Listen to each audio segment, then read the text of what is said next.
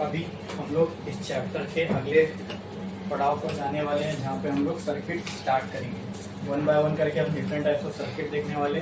पहले सिंगल चीज़ों को देखेंगे, फिर धीरे धीरे करके मिलाएंगे, फिर और मिलाएंगे। सबके लिए जो इक्वेशंस वगैरह आएंगी वो सारे देखना है। ओके, तो अब तक आपने 3 इलेक्ट्रिकल डिवाइसेस तो पढ़ लिए हो। करंट इलेक्ट्रिसिटी में रेजिस्टर, ठीक है, 10th में पढ़े होंगे ना। इलेक्ट्रोस्टैटिक में कैपेसिटर और मैग्नेटिक इफेक्ट्स में इंडक्टर, ठीक है। ये तीनों डिवाइस को लेना है, इसको एसी सप्लाई से जोड़ देना है और जो होगा वो देखना है। क्लियर है? हाँ, पहले एक एक डिवाइस लेंगे, फिर जोड़ेंगे भी दोनों को। पहले रेजिस्टर को लेंगे, उसको एसी सप्लाई कनेक्ट करेंगे, फिर कैपेसिटर, फिर इंडक्टर, ठीक है। फिर रेजिस्टर इंडक्टर, रेजिस्टर कैपेसिटर, फिर एक केस वो भी देखेंगे जिसमें तीनों से एक साथ हो।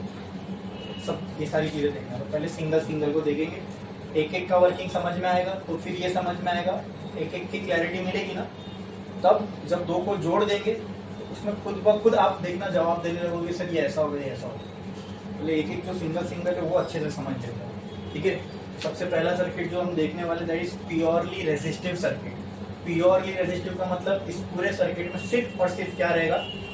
रेजिस्टर, इसलिए इसको बोलते हैं प्योरली रेजिस्टिव। तो अगर सिर्फ और सिर्फ इंडक्टर होगा तो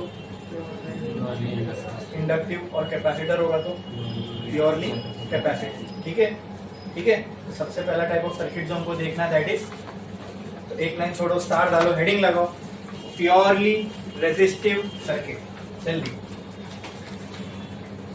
प्योरली रेजिस्टिव सर्किट। अब आगे बढ़ने से पहले मैं आपको एक चीज बता देता हूँ। ये हर टाइप के सर्किट में हमको क्या क्या देखना है, ठीक है। तो सबसे पहले हर सर्किट में हम उसकी करंट और वोल्टेज की इक्वेशन निकालेंगे, ठीक है। चलो शुरुआत करते हैं। प्योरली रेजिस्टिव सर्किट है तो एक सर्किट डायग्राम बनाना पड़ेगा पहले। तो प्योरली सर्किट रेजिस्टिव है तो पहले एक रेजिस्टर बना दो। अब इस रेजिस्टर को हमको क्या देना है? सर्किट में क्या देना है? कौन सी सप्लाई? इसलिए तो चैप्टर का नाम पड़ा एसी सर्किट। एसी सप्लाई दे रहे हैं, एसी सप्लाई से हमने इसको कनेक्ट कर दिया। अब जो एसी सप्लाई होती है उसका रिप्रेजेंटेशन ऐसा होता है, सर्कल बना है ऐसे, का वेवफॉर्म होता है ना। बैटरी को ऐसे रिप्रेजेंट करते हैं। ये डीसी करंट का रिप्रेजेंटेशन है। कहीं डीसी सोर्स होगा तो आप ऐसा बताओगे, विच इज बैटरी, और कहीं एसी सोर्स होगा तो ऐसा बताओगे, ठीक है। मान लो ये एसी करंट का सोर्स है, यहाँ से ऐसा ऐसा करके करंट जो है निकल रहा है, ये है रेजिस्टेंस आर से करंट जा रहा है ऐसे, ओके, ठीक है। अब ये जो एसी सप्लाई है इसका जो वोल्टेज है तो ई होगा, और एसी सप्लाई का जो ईएमएफ होता है उसकी इक्वेशन क्या होती है? बोलो। E equal to E not sine omega. Clear है क्या? इसमें किसी को कोई डाउट है? पक्का समझ में आया इतना? ठीक है। तो ये ईएमएफ है इसका, ओके। हाँ, अब यहां से हम शुरुआत कर रहे हैं सर्किट की। इसकी हमको वोल्टेज की इक्वेशन मालूम है, करंट की निकाल लेते हैं। हमको पता है V बराबर होता है किसके? अगर रेजिस्टर लगा है सर्किट में तो V बराबर होता है IR के, है ना। ओम्स लॉ ये कहता है, ओके। तो यहाँ पे तो मैं इसको ऐसा कह सकता हूँ E बराबर IR। E को हम E से रिप्रेजेंट कर रहे हैं, ठीक है। तो अगर मुझे करंट I की वैल्यू चाहिए तो कहना है E बाय R। हाँ, तो कहना है I will be equal to E naught sine omega t. पूरे R लिखने से अच्छा यहाँ खाली R लिख दो, चलेगा? ये मैंने पहले भी बता चुका हूँ आपको, E नॉट बाय R क्या होगा। साइन के बाजू में ये जो भी टर्म दिख रहा है आपको, ये क्या बताता है? हाँ, क्या? थोड़ा जोर से बोलो, गलत होगा चलेगा, बोलो। Standard form. ये इक्वेशन तो स्टैंडर्ड फॉर्म है, ठीक है। तो स्टैंडर्ड फॉर्म में जो यहाँ लिखा होता है साइन से पहले या कॉस के पहले, वो क्या दिखाता है? एंगल तो ये है, हाँ,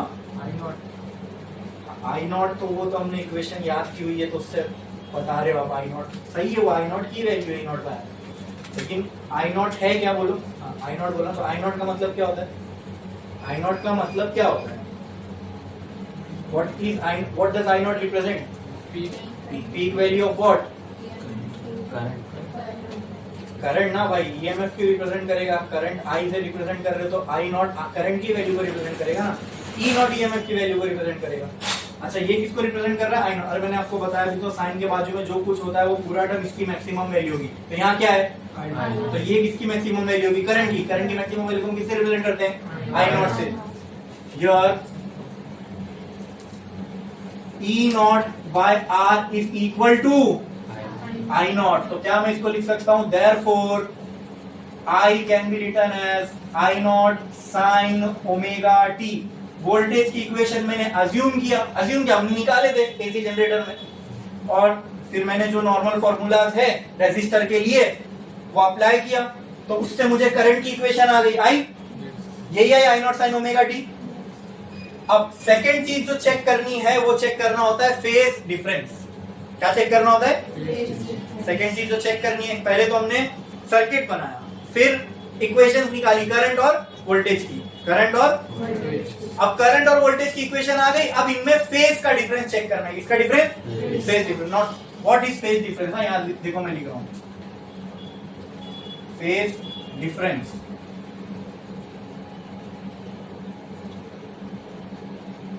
is equal to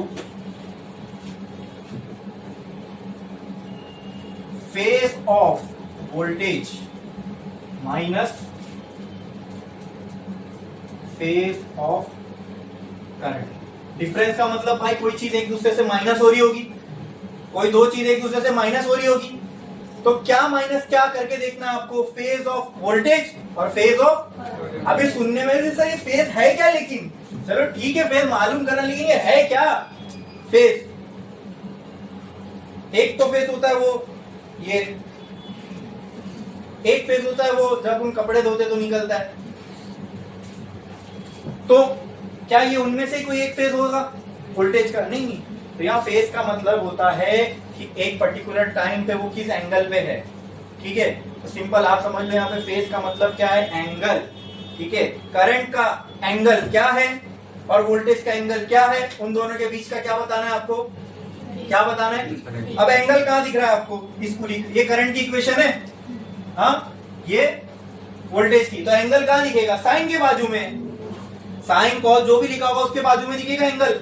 तो यहां पे बोलो फेज ऑफ डब्ल्यू क्या है, वी। अरे वी बोलू क्या, ई बोल देता हूं, चलो वोल्टेज हम ईएमएफ लेके चल रहे हैं ना, ईएमएफ बोलता हूं, phase of E minus phase of I. What is the phase of E, omega T. What is the phase of I, तो दोनों को यहां पुट करो, आंसर क्या आएगा, ये। So it means in purely resistive circuit there is no phase difference between voltage and, समझ में आया, समझ में आया, एकदम क्लैरिटी से समझ में आया। हाँ फेज का मतलब क्या, एंगल चेक करो जाके वोल्टेज की इक्वेशन में, फेज ऑफ आई मतलब क्या, करंट की इक्वेशन में जाके एंगल चेक करो, दोनों वैल्यू यहां पुट कर दो, सीधा सीधा आंसर मिल जाएगा, ठीक है। ये तो अभी ये फॉर्मूला फॉर्म में बता दिए, तो देख के ही बता सकते हो। हाँ सिंपल है ना भाई, यहाँ एंगल ओमेगा टी, यहाँ एंगल ओमेगा टी, कोई डिफरेंस दिख ही नहीं रहा है हमको, सेम ही है सर, तो there is no phase difference. तो चलो मैं यहाँ पे लिख भी देता हूँ, लेकिन phase difference, phase difference of purely resistive circuit is equal to phase of E क्या आया, ओमेगा टी माइनस ये कितना आया, ओमेगा टी, आंसर कितना आया, therefore there is no phase difference between, बोलो, between E and I। अब दोस्तों ये तो मिल गया फेज डिफरेंस, अब इसको बताना भी होता है, दिखाना भी होता है, पिक्टोरियली रिप्रेजेंट भी आपको करना है कि आपको देख के समझना है कि इनमें फेज डिफरेंस नहीं है, ठीक है। तो जो डायग्राम आपको फेज दिखाएगा उसको बोलते हैं फेजर डायग्राम। क्या बोलते हैं, फिर से क्या, फेजर डायग्राम। क्या दिखाएगा फेजर डायग्राम, फेज दिखाएगा। फेज यहाँ पे क्या है, क्या फेज से अच्छा मैं और उसको अगर अच्छे से बोलूं तो जो फेज का डिफरेंस दिखा है, तो फेज का फेजर डायग्राम देके आपको साफ साफ समझ में आ जाएगा कि इसमें फेज का कोई डिफरेंस है या नहीं। ठीक है, तो यहाँ कोई दिख रहा है फेज का डिफरेंस नहीं, तो फेजर डायग्राम अपने को इसका बनाना है। ठीक है, ऐसे सबके लिए बनाना है। ओके, क्लियर है? तो नेक्स्ट क्या है? Phasor diagram. फेजर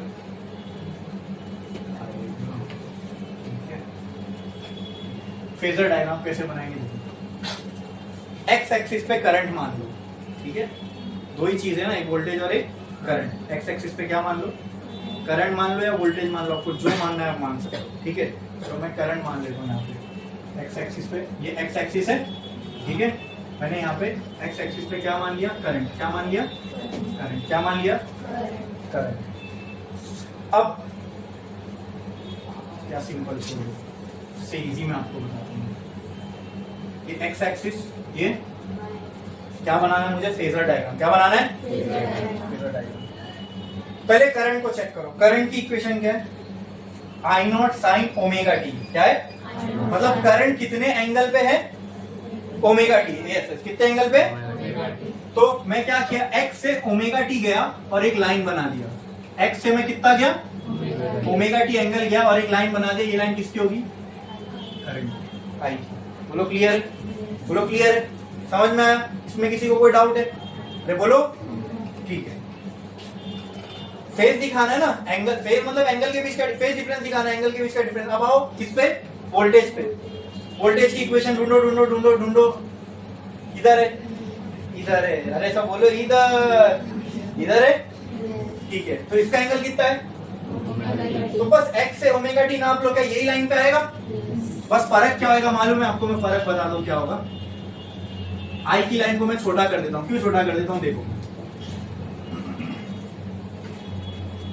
आई की ये ई नॉट, देखो आई की वैल्यू कैसे है? ई नॉट साइन ओमेगा टी बराबर, क्या ये ई ही है? Divide by are. आई से कुछ ई से कुछ डिवाइड कर रहा हूं तो आर आ रहा है।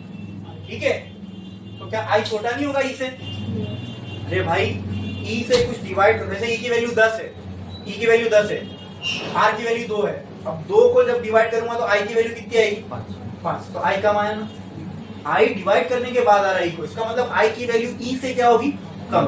तो ये जो लाइन है, लाइन ये समझ लो, ये मैग्नीट्यूड बता रहा है। क्या बता रहा है? तो आई की डंडी छोटी आएगी। क्यों? क्योंकि उसकी वैल्यू क्या है?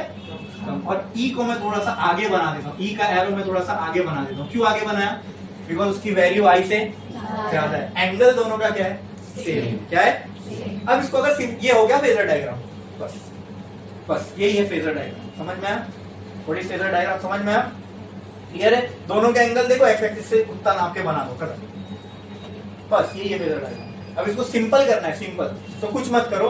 ये ग्राफ दिख रहा है, ये इसको हॉरिजॉन्टल कर दिया मैंने। ठीक है, तो मैं आपको सिंपल फेजर डायग्राम बताऊंगा। Simple phasor diagram. इसको अगर सिंप्लीफाई कर दूं तो कैसा होगा? ये ऐसा कर दिया मैंने कि एक लाइन बनाया, इसी लाइन पे करंट होगा और इसी लाइन पे वोल्टेज। ठीक है, मतलब आपको दिख रहा है करंट और वोल्टेज में कोई एंगल का डिफरेंस, कोई फेज का डिफरेंस नहीं है। ठीक है, तो मैं बिना देखे किसी सर्किट को बोल सकता हूं कि ये प्योरली रेजिस्टिव है या नहीं। मतलब अगर मुझे आप करंट की इक्वेशन दे दो और वोल्टेज की इक्वेशन दे दो, तो मैं दो इक्वेशन देख के बता सकता हूँ ये सर्किट प्योरली रेजिस्टिव है या नहीं। कैसे?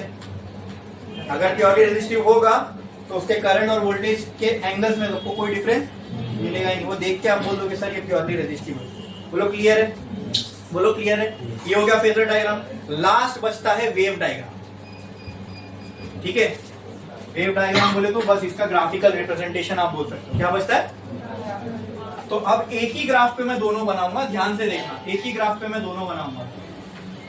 एक्स एक्सिस पे हमने टाइम ले लिया, वाई एक्सिस पे हमने क्या क्या रिप्रेजेंट करते थे? वाई पे करंट और ईएमएफ दोनों ना। तो ये ईएमएफ भी ले रहा हूँ, करंट भी ले रहा हूँ। तो यहाँ पे लेट से ये हो गई मेरी, कौन सी वैल्यू बढ़ी है? करंट की ईएमएफ की? तो ऊपर मैं ईएमएफ ई नॉट ले लेता हूँ। चलो, यहाँ पे मैंने क्या ले लिया? आई नॉट। ठीक है, फिर यहाँ पे मैं ले लेता हूँ माइनस ई नॉट, और इससे थोड़ा सा ऊपर क्या ले लेता हूँ? Minus I not. ठीक है, यहाँ पे मैं ई के ग्राफ को टच करूंगा, ठीक है, और यहाँ पे मैं आई के ग्राफ को टच करूंगा। ओके, बोलो क्लियर है? अच्छा, मान लो ये जो टाइम है, ये जो टाइम है, ये भी एक टाइम है, ये भी एक टाइम है, ये भी एक टाइम है, ठीक है। ये हो गया t/4, ये हो गया t/2, ये हो गया 3t/4 और ये हो गया t। बोलो इतना क्लियर है? बोलो इतना क्लियर है? हाँ, तो बस अब दोनों का ग्राफ बनाना है। कैसे बनाओगे? इक्वेशन देख के। इक्वेशन देखो, टाइम इक्वल टू 0 पे साइन 0, ईएमएफ क्या आ जाएगा? 0। क्या आ जाएगा? 0। ठीक है, t/4 पे t/4 यहाँ पुट करोगे तो ओमेगा की जगह क्या पुट करोगे? 2 एक t कैंसल, 2π/4 बचेगा, 1 ज़ा 2 ज़ा π/2 sin 90 1 कहाँ आएगा? अरे भाई ये कर चुके हो, हाँ कर चुके हो क्या? नहीं, यहाँ t/4 पे एक वैल्यू आएगी, फिर यहाँ t पे एक वैल्यू आएगी, 3t/4 पे आएगी, यहाँ पे आएगी, और फिर ये चीज क्या होगी? आगे रिपीट होगी। तो ये हमने ग्राफ ऑलरेडी साइन का निकाल चुके हैं, नहीं ऐसा आता है? हाँ बोलो, आता है ऐसा? क्लियर? हाँ, अरे बोलो yes. ये ग्राफ किसका हो गया? E is equal to E0 sine omega t। कर चुके हमने ये वहां पे एसी जनरेटर में ऑलरेडी। बस यहाँ पे मैं दोनों ग्राफ एक साथ बना रहा हूँ एक ही में, ठीक है। फर्क क्या होगा? आई की वैल्यू बहुत छोटी है, लेकिन ग्राफ तो पूरा इसी रहेगा। ग्राफ तो भाई पूरा इसी रहेगा। तो मैं इसको डॉटेड से बनाता हूँ।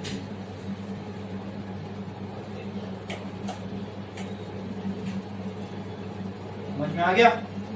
Now this graph, dotted graph is for I is equals to I0 sin omega t। खत्म। किसी एक सर्किट के लिए हमको ये सारी चीजें देखनी है। बताओ इसमें से कोई चीज ऐसी है जो नहीं समझ में? बोलो। सर्किट डायग्राम, वोल्टेज की इक्वेशन, फिर उससे करंट की इक्वेशन निकालना है, ठीक है। दोनों निकल गई, दोनों निकल जाएगी तो एंगल मिल जाएगा। एंगल से क्या निकालेंगे? Phase difference. फेज डिफरेंस से फिर क्या बनाएंगे? Phasor diagram. फेजर डायग्राम से फिर एक सिंपल फेजर डायग्राम, फिर लास्ट में क्या बचेगा? फिर, ठीक है। इसमें किसी को कोई डाउट है? पूरा समझ में आया? हर सर्किट के लिए ये करना है। तो मुश्किल था? समझा कि नहीं समझा? पक्का? पक्का? ठीक है, काम करो, पहले फेजर डायग्राम का डेफिनेशन लिख लो, ठीक है। या लिख लो, फेजर डायग्राम पे पहुंचोगे ना तब बताना, वहां में डेफिनेशन एक बार खाली डेफिनेशन लिखना है, बाकी बार बार थोड़ी सबके आगे लिखते रहेंगे। खाली एक बार डेफिनेशन लिख लो कि क्या होता है फेजर डायग्राम, उसके बाद हर जगह यही सेम चीज अप्लाई करनी है। करो जल्दी। सर फेजर डायग्राम नहीं समझा? कुछ नहीं करना। फेजर डायग्राम अगर अपने को बनाना है ना, तुम एक काम करो, सिंपल, एक्स और वाई के बीच में एक ग्राफ होगा, ठीक है। ग्राफ बोले तो बस एक रिप्रेजेंटेशन होगा, स्ट्रेट लाइन से बनाना, कुछ कर्व भी नहीं आने वाले, ठीक है। चेक करो, करंट की इक्वेशन में जाओ, दोनों का फेज देखना है ना, तो वो इक्वेशन से मिलेगा। करंट और किसी भी एक इक्वेशन में पहले चले जाओ, ई की आई की, तो पहले आपको ई की जाना, ई की चले जाओ, ठीक है। जो बड़ा है उसको पहले देख लो, ई बड़ा है, हमको क्लियरली समझ में आया, ठीक है। ई की इक्वेशन बड़ी। अच्छा, फेज का मतलब क्या? ये जो एंगल होता है ना, एंगल, इसी को हम फेज बोलते हैं, ठीक है। या साइन के बाजू में, तो यहाँ पे एंगल कितना है? Omega T. कुछ भी हो सकता है ना, 30, 40, 60, 10, 20, कुछ भी हो सकता है। तो तुम अंदाजे से यहाँ कितना भी एंगल ले लो ना, यहाँ से ऊपर, बस। और उस एंगल को नाम क्या दे देंगे? खाली तो एंगल की वैल्यू कुछ भी हो सकती है। समझ में आया? पक्का? पक्का? कुछ डाउट है? बनाओ। ये किसकी बना दिया? ये किसका मैंने लाइन बना दी? ईएमएफ की। किसकी? ईएमएफ। मैं इसको ईएमएफ की बजाय E0 बोल रहा हूँ। चलो E0, क्योंकि ये मैक्सिमम वैल्यू दिखा रहा है। ये जो एरो है ये किस क्या दिखाएगा? Maximum value. लेट्स से मैं यहाँ मैक्सिमम वैल्यू को रिप्रेजेंट कर रहा हूँ। क्लियर है? हाँ, E0 हो गया। अब दूसरा, अब इसी पे आपको करंट भी बनाना है, लेकिन यहाँ पे इत्तेफाक से ऐसा हो गया कि जो एंगल पे ईएमएफ है वही सेम एंगल पे करंट है। तो अगर मुझे वो एंगल पे जाके करंट की लाइन बनाना है, फेजर डायग्राम मतलब एक लाइन से रिप्रेजेंट करना है मुझे इक्वेशन को, समझे आप? हाँ, अब ईएमएफ को तो एक लाइन से रिप्रेजेंट कर दिया, अब बारी आई करंट की, लेकिन करंट भी उतने एंगल पे, तो क्या ये लाइन ओवरलैप नहीं हो जाएगी? मुझे बनाना करंट की लाइन है इस ग्राफ में, लेकिन यहाँ ऐसा हो रहा है कि ई भी ओमेगा टी एंगल पे है और आई भी, तो यहाँ ये एंगल ओमेगा टी था, तो इतने ही एंगल पे मैं आई की भी लाइन बना दूंगा। लेकिन थोड़ा पीछे इसलिए बनाया क्योंकि मुझे मालूम है आई जो है ई से थोड़ा सा छोटा होगा। बोलो क्लियर है? समझे ये चीज? बस यही है। अच्छा इससे एक और मजेदार चीज करके बताऊं आपको, हाँ इसी ग्राफ से इक्वेशन निकाल के बताऊं। इस ग्राफ ये देखो, ये अगर फेजर एक तरीके, ये करंट ईएमएफ वेक्टर क्वांटिटी है नहीं, लेकिन इसको वेक्टोरियली रिप्रेजेंट करने का एक तरीका है।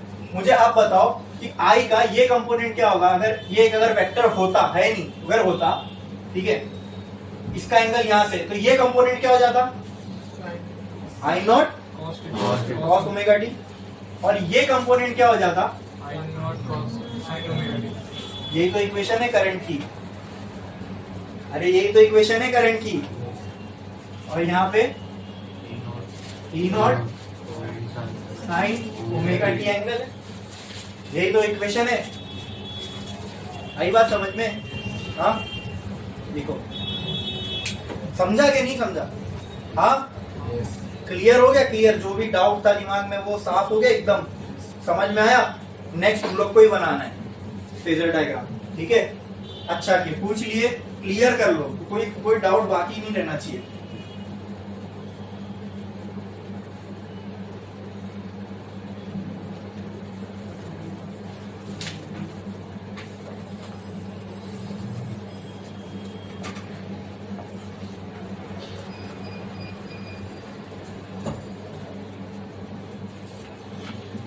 करो जल्दी।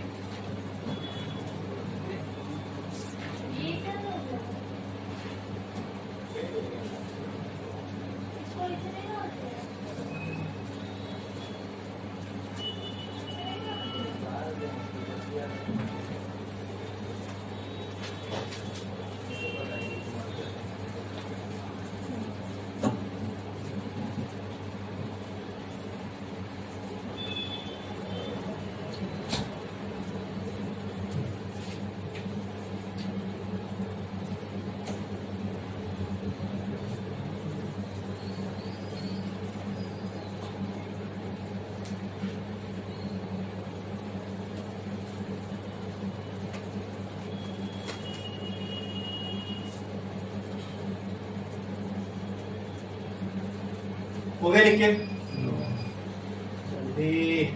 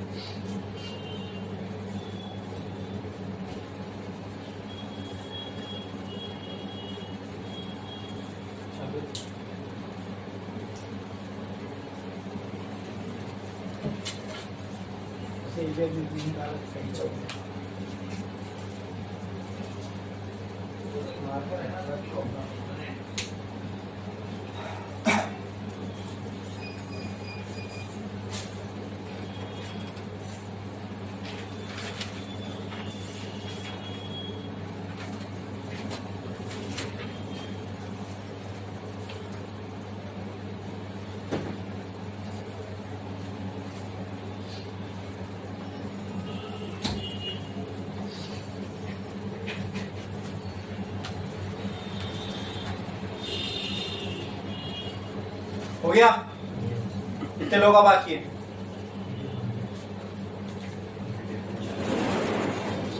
चलो next.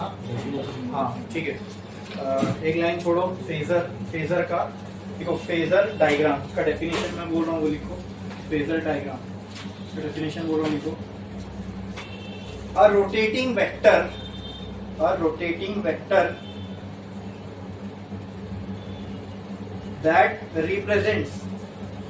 that represents a quantity, a rotating vector that represents a quantity varying sinusoidally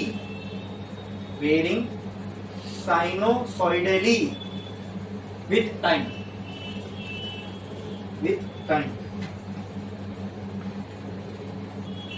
is called as phasor. It's called as phasor.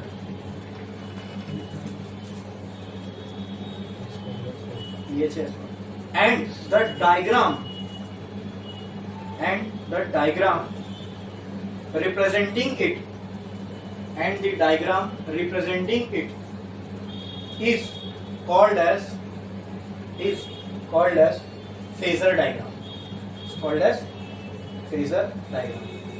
देखो फेजर क्या है समझो पहले. एक रोटेटिंग वेक्टर है. वेक्टर मतलब एक आपने एक लकड़ी लिया समझ लो, ठीक है, एक डंडी है, ये रोटेट कर रही है. अब ये रोटेट करके क्या दिखाएगा आपको? किसी क्वांटिटी के बारे में लिखा है ना. It is the representation of a quantity which varies sinusoidally. क्या ये भी एक साइनोसॉइडल फंक्शन है? इसमें साइन आ रहा है सिंपल. क्या ये भी एक साइनोसॉइडल फंक्शन है? तो इसको अगर मैं एक रोटेटिंग लकड़ी के हिसाब से बताऊं, ठीक है, वो होता है फेजर, होता है. और जब उसको हम एक डायग्राम के फॉर्म में, ये देखो ये लकड़ी है फेजर, ये है फेजर, ठीक है.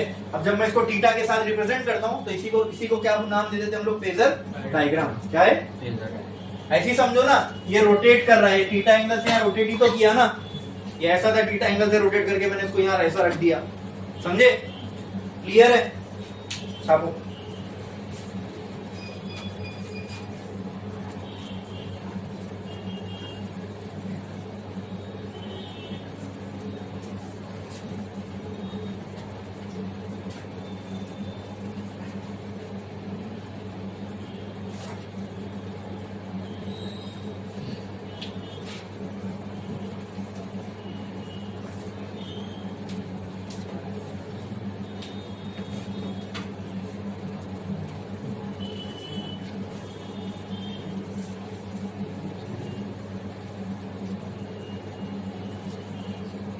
Let's start our next circuit, that is purely inductive circuit.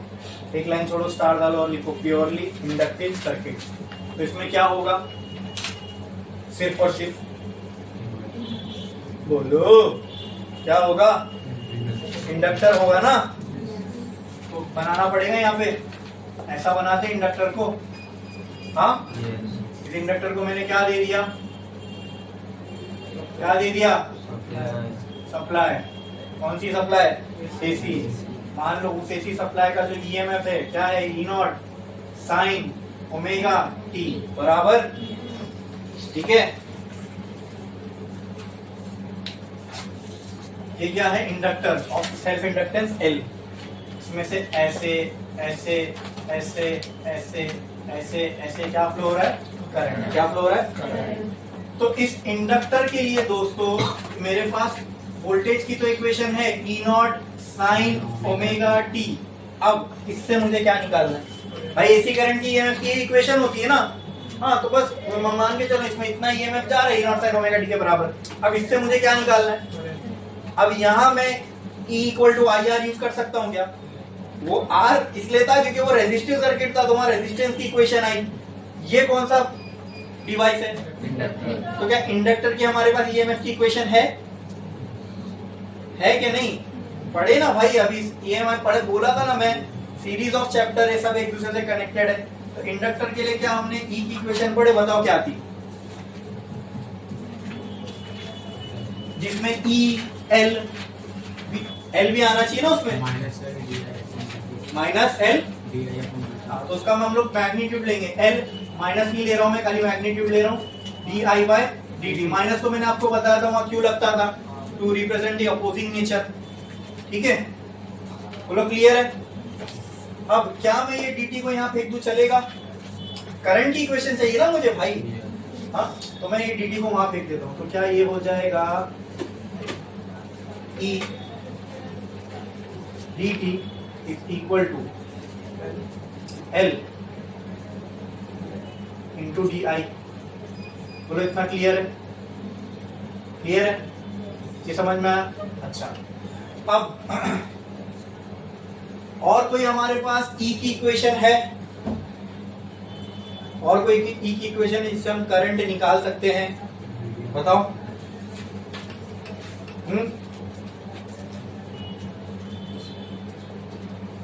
बोलो बोलो बोलो बोलो। ई की इक्वेशन है कोई ऐसी हमारे पास जिससे हम करंट निकाल सकते हैं?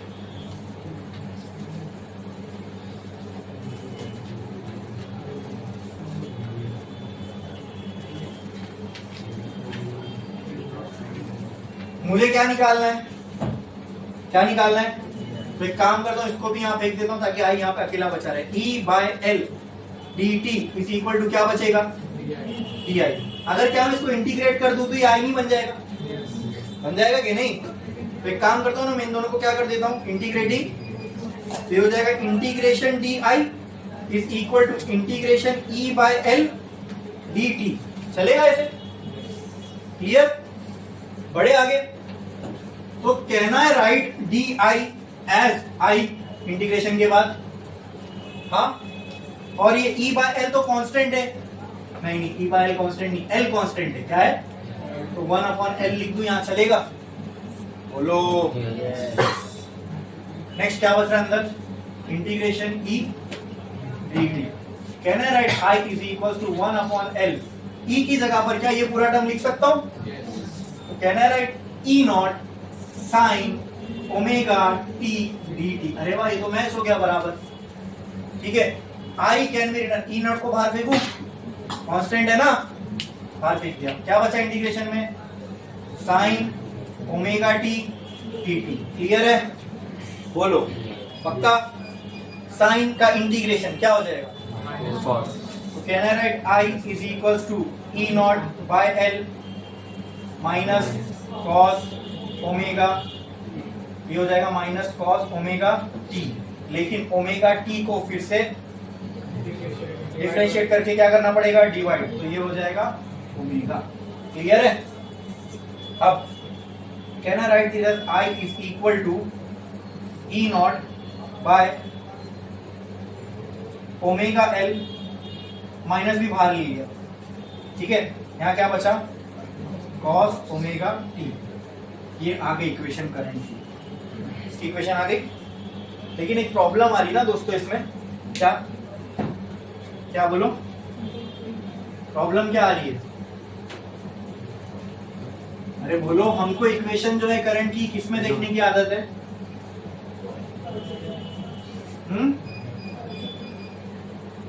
बोलो ना भाई, हमको करंट की जो इक्वेशन है किसमें देखने की आदत है?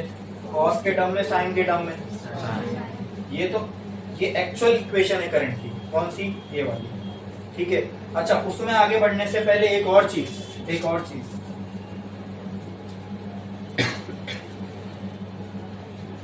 पहले इसको मैं साइन में चलो कन्वर्ट कर लेता हूं, फिर आगे बात करेंगे। ओके,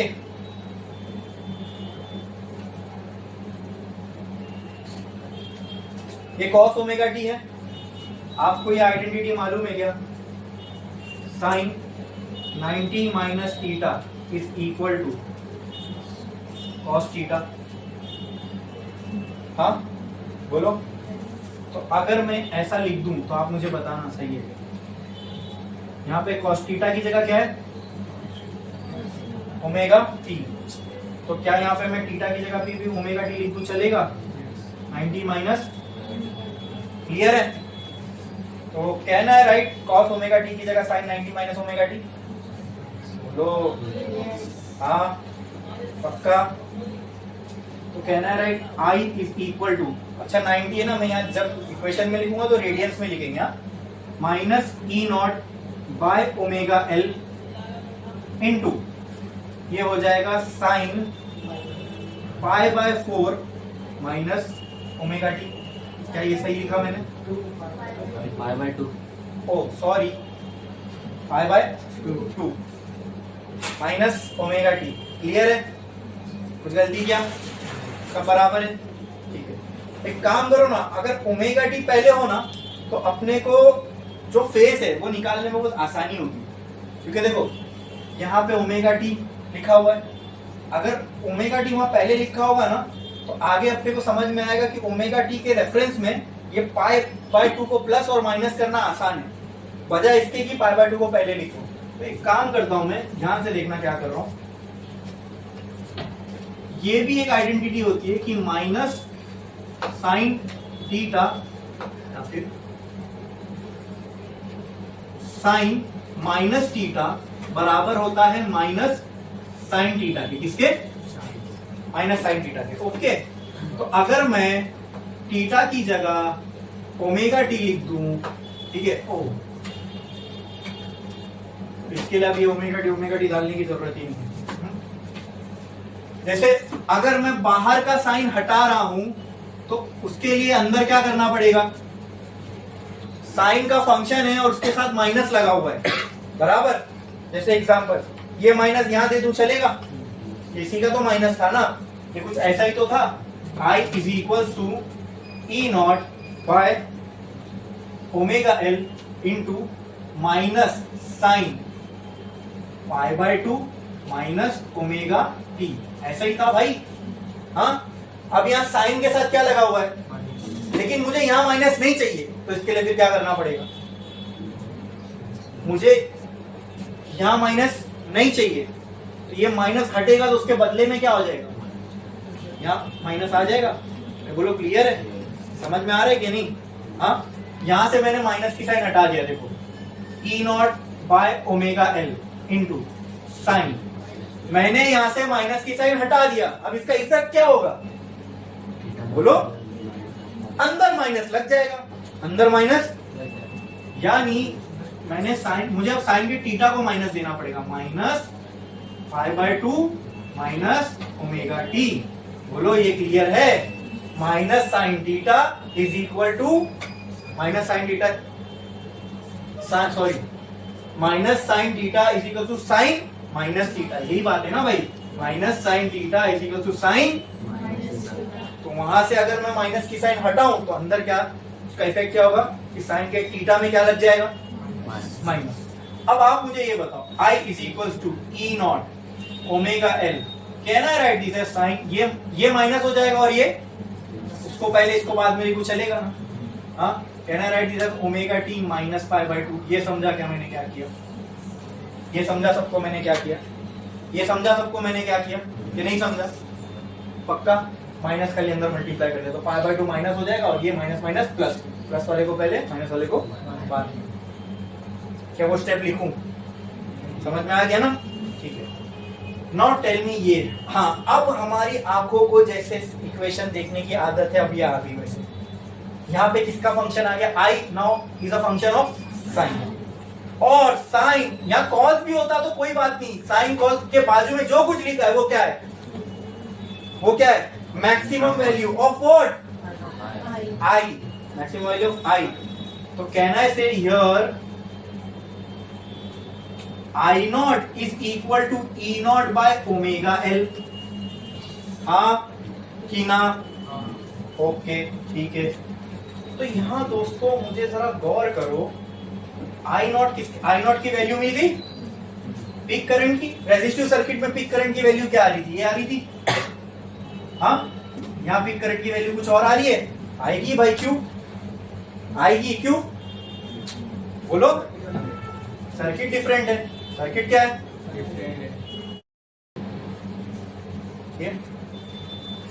अब I is equal to E naught omega L, ये माइनस को मैं ऐसे लिख सकता हूं, sine omega T plus pi by 2, sorry, omega t minus pi by 2। ठीक है। अच्छा, हमको मालूम है साइन के बाजू में ये जो भी टर्म होता है वो क्या होती है? मैक्सिमम। किसकी? जो यहाँ लिखा है। तो कहना है say your I naught will be equal to E not by omega L. बोलो क्लियर है ये चीज? हाँ। अब यहाँ पे ना एक छोटी सी चीज और आ गई एक्स्ट्रा, वो क्या?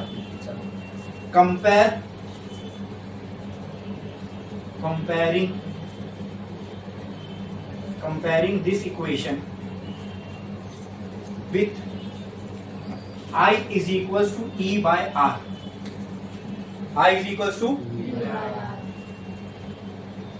आप ना ये करंट की इक्वेशन को I equal to E by R से अगर कंपेयर करोगे तो आपको ऐसा लगेगा करंट की जगह करंट है, EMF की जगह EMF है, लेकिन रेजिस्टेंस की जगह यहाँ पे क्या आ गया? क्या आ गया? क्या आ गया? क्या आ गया? तो कहना है say omega L is acting like resistance for an inductive circuit. देखो यहां पे रेजिस्टेंस का टर्म आ ही नहीं सकता because it is not a resistive circuit. समझ में आ रही है मेरी बात? तो यहां हम ये नहीं बोल सकते कि ये रेजिस्टेंस है, लेकिन रेजिस्टेंस जैसा काम कर रहा है ये इक्वेशन बता रही है हमें। क्या क्लियर है? जब मैंने I इक्वल टू ये क्या है, V equal to I R वाली इक्वेशन है, I के टर्म्स में मैंने लिखा इक्वेशन को और मैंने देखा R की जगह पर क्या आ रहा है, ओमेगा एल आ रहा है। तो ये इक्वेशन देखने से मुझे क्लियरली समझ में आ रहा है कि जो काम रेजिस्टिव सर्किट में रेजिस्टेंस R करता था वही काम इंडक्टिव सर्किट में ओमेगा एल कर रहा है। So can I say omega L is acting like resistance for inductor? हाँ, ये किसका रेजिस्टेंस है? Can I say omega L is inductor resistance but for inductor? हाँ, लेकिन बात ये है इसको रेजिस्टेंस बोल नहीं सकते। क्यों? क्योंकि सर्किट कौन सा है, इंडक्टिव। तो हमने इसके लिए एक नया नाम दे दिया इंडक्टिव रिएक्टेंस। क्या नाम दे दिया?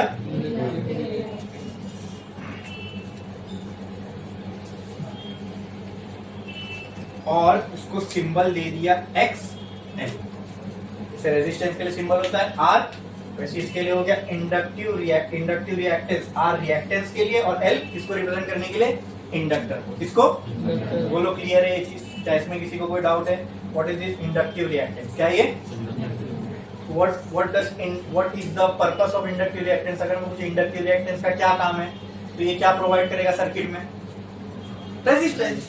लेकिन आप रेजिस्टेंस को बोल नहीं सकते। क्यों? कि सर्किट कौन सा है, इंडक्टिव।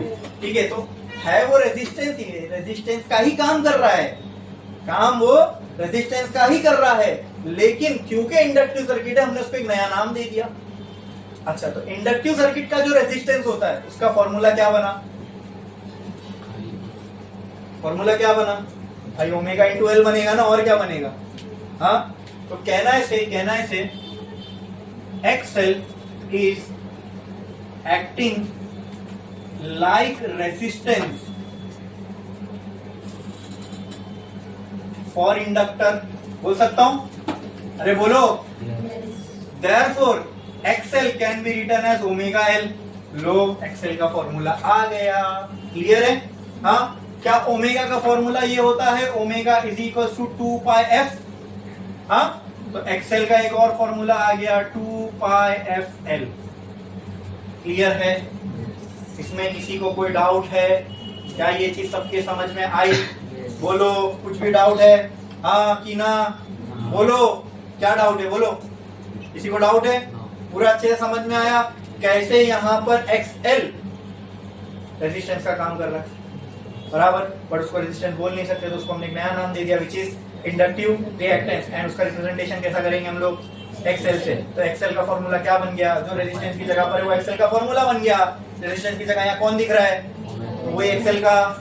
और ओमेगा का फॉर्मूला तो हम जानते हैं 2 पाई एफ होता है, उसको डाल दे, एक नया फॉर्मूला और मिल जाएगा। बोलो क्लियर है? Now tell me what will be the new equation of current. Can I write this I equal to I naught sine omega t minus pi by. बोलो क्लियर है इतना? क्या इसमें किसी को कोई डाउट है? ये समझा कि नहीं समझा? समझा कि नहीं समझा?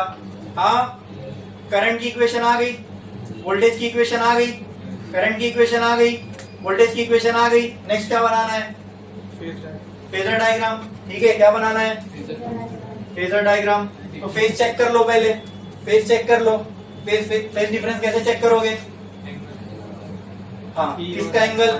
V माइनस, तो V का एंगल कितना है? Omega t minus omega t minus pi by 2। मतलब ऐसा कुछ बोल रहा हूँ, omega t minus pi by 2, ऐसा ही ना? तो ये क्या हो जाएगा? Omega t minus omega T plus pi by 2। Cancel. Phase difference कितना आ गया? मतलब यहाँ फेज डिफरेंस है कितने का? मतलब वोल्टेज और करंट में फेज का क्या है यहाँ पे? डिफरेंस है कितने का? पाई बाय 2 का, यानी 90 का। चलो उस पर बनाते हैं। ठीक है, एकदम सिंपल तरीका है, मैंने आपको बताया था फेजर डायग्राम बनाने का। कौन कौन सी एक्सिस पहले बनाओगे? एक्स एक्सिस बना लो, फिर वाई एक्सिस बना लो। क्लियर है? जो पहले बनाना है, हाँ जो बड़ा है वो पहले बना लो। यहाँ पर भी हमको दिख रहा है I की वैल्यू ई की इक्वेशन को डिवाइड करने के बाद आ रही है ना? तो कौन छोटा होगा यहाँ पे? आई की वैल्यू। तो ई पहले बना लो, और ई की इक्वेशन भी आसान है, ठीक है, ई नॉट साइन ओमेगा टी। अच्छा, ओमेगा टी, तो एक्स एक्सिस से कितना ऊपर जाऊं, कितना एंगल ऊपर जाके ई नॉट बनाऊं? तो क्या ये ऐसा ही बनेगा, ई नॉट, और कितने एंगल पे बना? Omega T. कितना? अब आओ किसकी इक्वेशन पे? अब ये ध्यान से देखना कैसे बन रही है, ठीक है। आई का फेस क्या है? Omega t minus pi by 2, omega t minus. तो एक काम करो, पहले एक्स से ओमेगा टी पे चले जाओ, ये एक्स था, ओमेगा टी पे चला गया इधर, लेकिन ये क्या आई इधर है? नहीं, ओमेगा टी से पाई बाय 2 माइनस, मतलब पाई बाय 2 पीछे, पाई बाय 2 यानी पाई बाय 2 बोले तो 90, यानी इससे 90 पीछे जाऊंगा, मतलब यहाँ कहीं आ जाऊंगा मैं 90 पीछे। हाँ, ये क्या हो गया? लेकिन हाँ, इसकी डंडी थोड़ी सी छोटी बना देता हूँ, आई नॉट। क्लियर है? समझा? समझने का तरीका एकदम समझ में आया? ठीक है, बोलो क्लियर है क्या? कैसे बना फेजर डायग्राम? सबसे पहले ई की इक्वेशन को देखिए, ई की इक्वेशन में देखिए ई कितने एंगल पे इंक्लाइंड है? Omega T. बना दिया जाके ओमेगा टी एक्स एक्सिस से, ठीक है। अब वो ओमेगा टी में पाई बाय 2 माइनस हो रहा है ना, मैं तो एक्स से भी ले सकता था, लेकिन इक्वेशन ही मुझे कह रही है ओमेगा टी में से पाई बाय 2 निकालना। तो पहले मैं गया ओमेगा टी पे, फिर वहां से 90 पीछे आ गया, माइनस है ना, तो 90 पीछे आ गया। अगर प्लस होता तो 90 आगे जाता, यानी ये वाली लाइन फिर ऐसे बन जाती। बोलो क्लियर है? समझा कि नहीं समझा? अगर इसका सिंपल फेजर डायग्राम बनाना है तो कैसे आएगा? बस इसको ऐसा कर दो। ओके, पहले छाप लो, चलो जल्दी छाप लो, जल्दी जल्दी जल्दी जल्दी।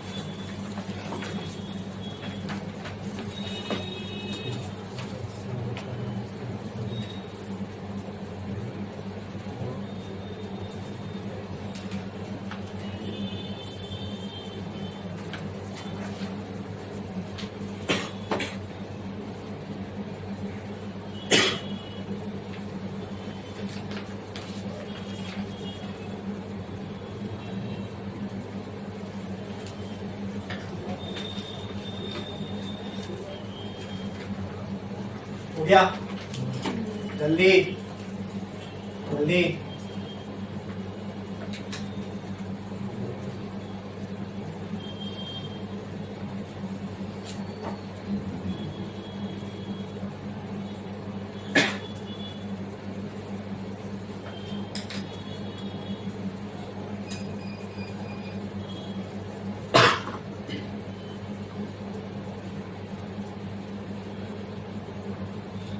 इंडक्टर का रेजिस्टेंस क्या होता है? नाम बताओ, क्या बोलते हैं? इंडक्टेंस एल को बोलते हैं, एल इज इंडक्टेंस। मैं बोल रहा हूं रेजिस्टेंस ऑफ इंडक्टर क्या होता है? क्या नाम से बुलाते हैं उसको? हाँ हाँ, अगर मैं सब वीडियो में मुझे बोलते हुए सुनोगे ना तो देना उसका जवाब। क्या बोलते हैं? अरे लिखाया हूं ना अभी, इंडक्टर के रेजिस्टेंस को क्या नाम दिया हमने? इंडक्टिव। इसका सिंबल क्या है? इसका फॉर्मूला क्या है? ओमेगा। ओमेगा के साथ अगर ओमेगा को फ्रीक्वेंसी के टर्म्स में लिखूं तो एक्सेल का फॉर्मूला क्या बनेगा? यानी क्या मैं बोल सकता हूं इंडक्टर का रेजिस्टेंस करंट की फ्रीक्वेंसी पे भी डिपेंड करता है। देखो वो बताया था ना, 50 60 हर्ट्ज, जो भी करंट की फ्रीक्वेंसी पे इसका रेजिस्टेंस डिपेंड करता है। फ्रीक्वेंसी ज्यादा होगी तो रेजिस्टेंस ये ज्यादा प्रोवाइड करेगा। करो जल्दी। हो गया? ये हो गया, पहला डब्बा हो गया, दूसरा डब्बा हो गया। जल्दी जल्दी जल्दी करो, दूसरा डब्बा भी करो जल्दी।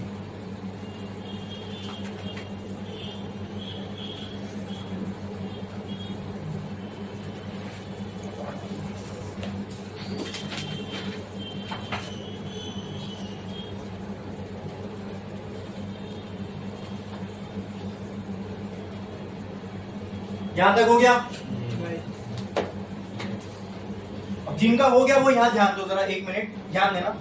2 चीज इसमें आप लोग के हो सकता है थोड़ा सा सर के ऊपर से गई हो, एक ये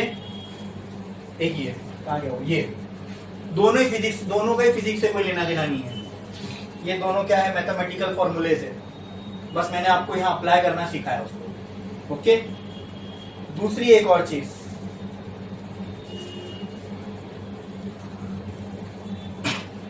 इसके रिलेटेड अभी मेरे दिमाग में आया था, आपको वो बताना था। ठीक है, चलो अगर वापस आएगा तो मैं आपको बता दूंगा। हाँ राइट, ये अब आपको समझ में आया क्यों मैंने ये माइनस थीटा वाला फॉर्मूला लगाया, क्योंकि पाई बाय 2 माइनस ओमेगा टी होता है, तो ओमेगा ओमेगा से डिफरेंस समझ में, क्योंकि यहाँ भी ओमेगा था और यहाँ पहले जब मैंने ओमेगा लिखा पहले, तो ओमेगा से डिफरेंस, ओमेगा टी से डिफरेंस समझ में आ रहा है। यहाँ अगर पाई बाय 2 पहले लिखा होता तो कैसे मैं इसको बना पाता, तो डिफिकल्ट हो जाता ना मेरे लिए। ठीक है, तो वो माइनस थीटा वाला फॉर्मूला आप समझ में आया क्यों अप्लाई किए यहाँ पे, ओमेगा टी को पहले लाने, और ओमेगा टी को पहले क्यों लाए, ताकि ये जो डिफरेंस है वो निकालना आसान हो जाए। ठीक है, यही बात। अब ये तो हो गया इसका फेजर डायग्राम, एक सिंपल वाला फेजर डायग्राम बना दे क्या इसका? कैसे बनेगा? और देखते, लिखना बंद करो, कुछ मत करो, फेजर वाला डायग्राम है। करंट वाली डंडी को खाली हॉरिजॉन्टल कर दो बस, जब भी इसको सिंपल बनाना है करंट वाली डंडी को हॉरिजॉन्टल कर दो, तो ये कुछ ऐसा हो जाएगा।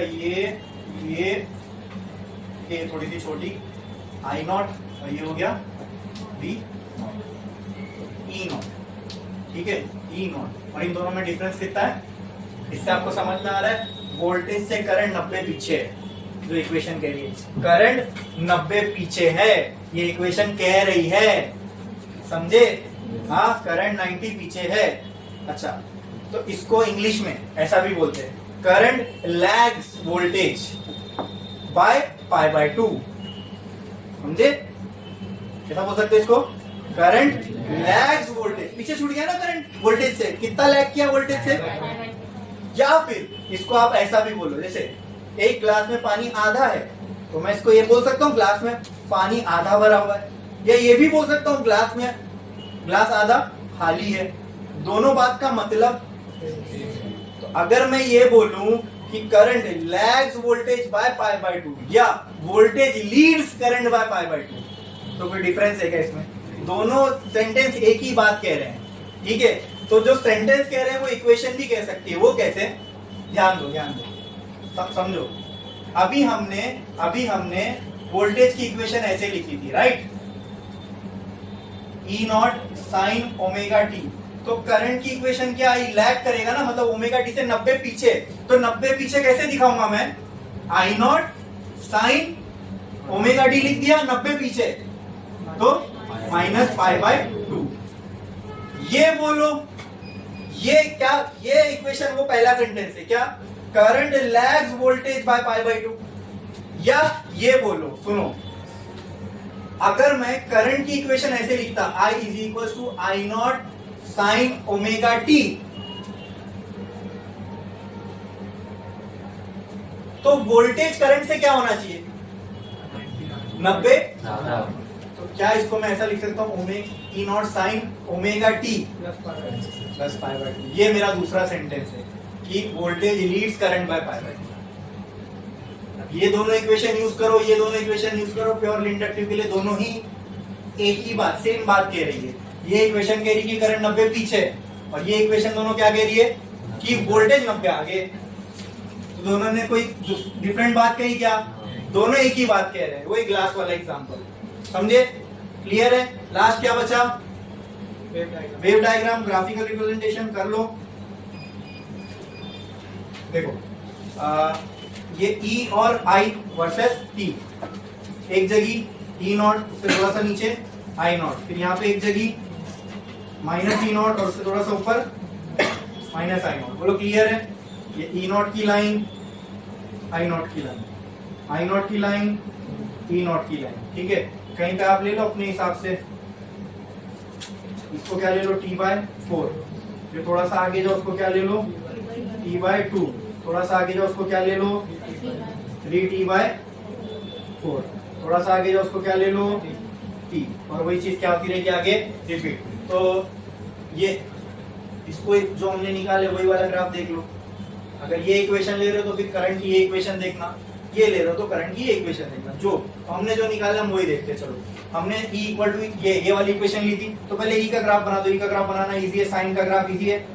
यहाँ से ये कुछ ऐसा ऐसा ऐसा ऐसा बनेगा, बराबर। This is the graph for E is equal to E naught sine omega t. अब ये ग्राफ देख के सॉरी ये इक्वेशन देख के अगर मैं बनाने जाऊंगा ना, कहाँ गई वो, ये इक्वेशन देख के अगर करंट का ग्राफ बनाने जाऊंगा तो ग्राफ बनाने में दिक्कत होगी। तो मैं ये इक्वेशन नहीं दे ले सकता कि ये वाली, हाँ अरे ये इक्वेशन भी तो ऐसी है, आई नॉट कॉस ओमेगा टी, बस यही है ना। हाँ और आगे क्या है, माइनस माइनस है ना। अब वहां पे अगर मैं पाएगा वो कैलकुलेशन बहुत बढ़ जाएगा। सिंपल, यहाँ पे क्या करो, टी की जगह 0 पे बनाना है, आई इक्वल टू 0 पे चाहिए, क्या होगा, टी की जगह 0 पुट करो तो पूरा टर्म क्या आ जाएगा, cos 0। cos 0 क्या होता है, 1। क्या होता है, तो आई की वैल्यू 0 रखने पे क्या आई, माइनस आई नॉट आई। भाई cos 0 1 हो जाएगा तो ये पूरा टर्म 1 हो गया, आई की वैल्यू क्या बची, यानी इसका ग्राफ यहाँ से नहीं यहाँ से शुरू होगा, समझे, यही बताना था और कुछ नहीं। ठीक है, दूसरी पट्टी मालूम पड़ जाएगी तो खुद ब खुद ग्राफ का पैटर्न समझ जाओगे। दूसरी कहां पे, t/4 पे। तो यहां अगर मैं t/4 पुट करूं तो ये 2 पाई बाय कैपिटल टी हो जाएगा, टी कैंसल, 2 1 जा 2 2 जा पाई बाय 2 cos 90 इज 0, ये 0 तो ये पूरा टर्म 0, मतलब t/4 पे अगला इधर क्या लगता है नेक्स्ट कहां पे आएगा, हाँ ये देखो ये ग्राफ ऐसा जा रहा है, फिर क्या लगता है 1 आएगा, हाँ चेक कर लो ये क्या है, t/2। यहाँ पे t/2 पुट करो और ओमेगा की जगह 2 pi by capital T, T cancel, 2 2 cancel, क्या बचेगा cos पाई मतलब cos 180 माइनस 1, वो माइनस ये माइनस, तो आई की वैल्यू क्या आएगी, आई नॉट बचेगा ना। तो क्या मैं बोलता हूँ t/2 पे ये आई नॉट के बराबर है। अब तो पकड़ लो यार ग्राफ का, अगला यहाँ आएगा, बराबर। ये ग्राफ कुछ ऐसा बनेगा, देखो डॉटेड से बना,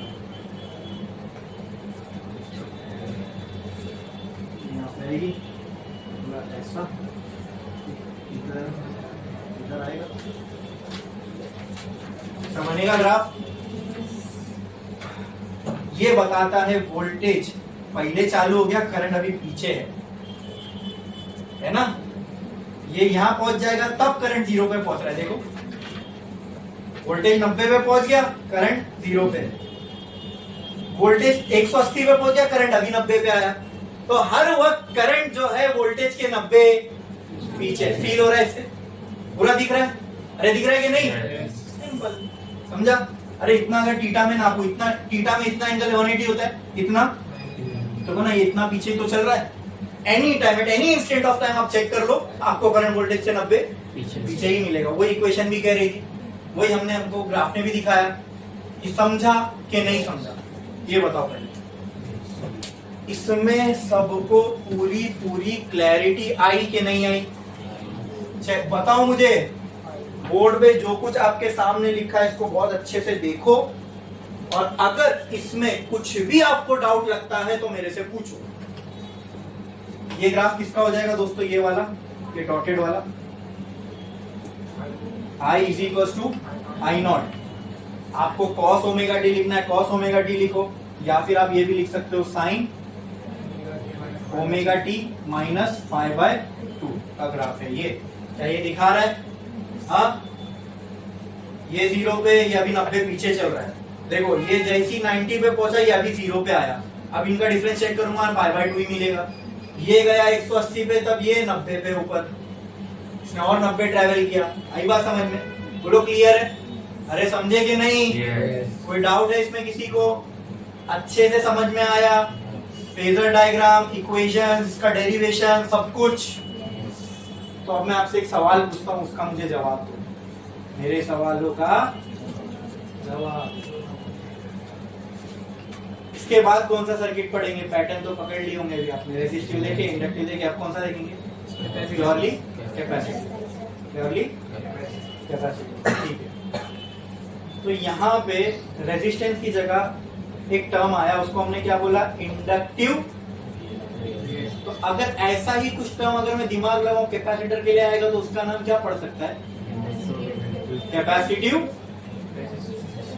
इसका नाम था इंडक्टिव रिएक्टेंस, उसका नाम क्या हो जाएगा, जिसको मैंने एक्सएल से रिप्रेजेंट किया तो उसको किससे करूंगा, एक्सी से, क्योंकि वहां कैपेसिटेंस सी से रिप्रेजेंट करते हैं, इंडक्टेंस एल से कर रहे थे। ठीक है, एक और चीज, रेजिस्टर में कोई फेज डिफरेंस नहीं होता, इंडक्टर में करंट वोल्टेज से 90 पीछे चलता है, कैपेसिटर में सोच के बताओ क्या होगा, क्या कौन, और वोल्टेज पीछे होगा। तो उसको मैं इंग्लिश में कैसा बोल सकता हूँ, जो पीछे है पहले उसको सोच लो, कौन पीछे, क्या बोल सकता हूँ, lag current by pi by 2। या दूसरा तरीका उसको बोलने का क्या हो सकता है, ये किसके लिए होगा, तो क्या आप उसकी इक्वेशन प्रिडिक्ट कर सकते हैं, चलो देखते हैं क्या इसकी इक्वेशन प्रिडिक्ट कर सकते हैं।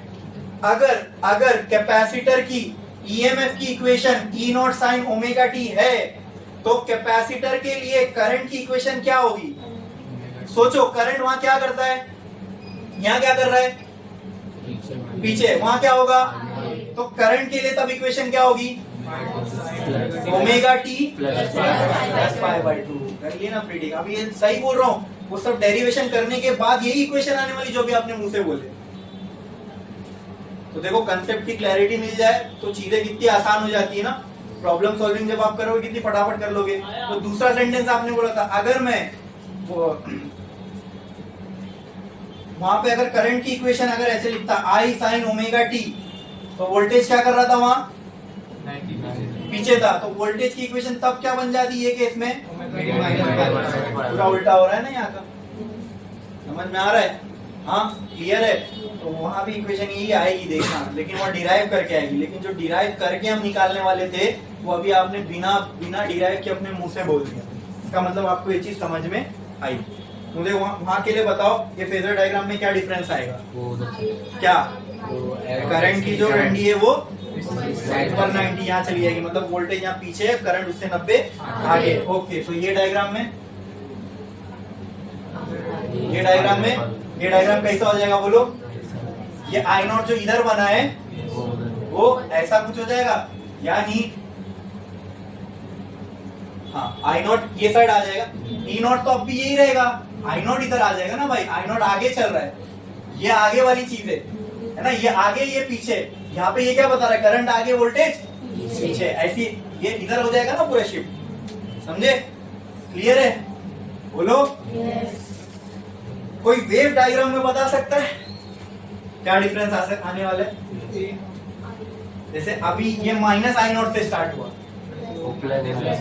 तब यहाँ से स्टार्ट होगा, वो भी कॉस का ग्राफ होगा लेकिन तब पॉजिटिव होगा कॉस, अब यहाँ नेगेटिव था ना इसलिए आई नॉट से स्टार्ट हुआ यहाँ से, तो वहां से आप ये समझ सकते हो वोल्टेज तो 0 पे, करंट अभी 90 पे, समझे, 90 पहले आगे चल रहा है, तो कोई भी पॉइंट पे देखोगे, समझ रहे हो ना। तो इसका जो प्रॉपर डेरिवेशन है वो हम लोग देखेंगे नेक्स्ट लेक्चर में, लेकिन मैंने आपको एक ब्रीफ आइडिया दे दिया यहाँ से, यानी आपने हर चीज निकाल ली, इसकी कुछ बाकी नहीं है, आपने देख के सब कुछ निकाल लिया कैपेसिटेंस के लिए क्या आएगा।